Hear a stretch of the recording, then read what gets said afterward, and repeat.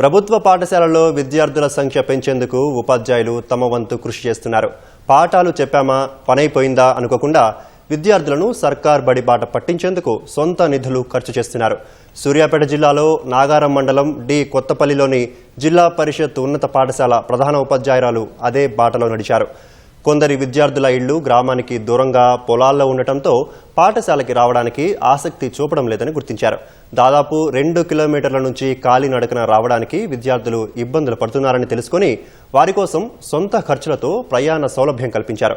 దీంతో ఆ పాఠశాలలో విద్యార్థుల సంఖ్య పెరిగింది. దీనిపై విద్యార్థులు, స్థానికులు హర్షం వ్యక్తం చేస్తున్నారు. అప్పుడు పాఠశాల స్ట్రెంత్ 52 మంది అండి. ఇప్పుడు ఈ సంవత్సరం నేను దాదాపుగా 62 మంది, అంటే 10వ తరగతి విద్యార్థులు 11 మంది పరీక్షలు రాసి వెళ్ళినాక 62 మంది ఇప్పుడు మాకు పాఠశాలకు దాదాపు 20 మంది పెరిగారండి.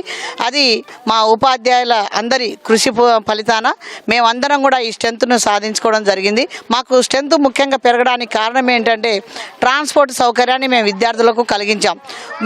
పేరెంట్స్ తోటి, తల్లిదండ్రులతోటి సమావేశంలో మేము మీ విద్యార్థులకు ఎటువంటి ఆపద కలగకుండా, హాని జరగకుండా నిత్యం పాఠశాలకు తీసుకొచ్చి మళ్ళీ మీ ఇంటి దగ్గర దింపే బాధ్యత మాది అనే హామీ ఇచ్చాం. కాబట్టి మాకు ఈ స్ట్రెంత్ పెరిగిందండి. మా మేడం మా కోసం ఎంతో చేసింది. సమ్మర్ క్యాంప్లో మొత్తం తిరిగింది. మంచి అందరికీ స్కూల్కి రావాలని చెప్పింది. రోడ్ దగ్గర ఉన్న వాళ్ళందరూ ఆటో పెట్టించింది మేడం. మా కోసం డోర్లు పెట్టించింది, కిటికీలు పెట్టించింది. పాములు వస్తున్నాయని బాత్రూమ్లు కట్టించింది. బాత్రూమ్ మొత్తం బాగాలేదని కట్టించింది. మమ్మల్ని మంచిగా చూసుకుంది.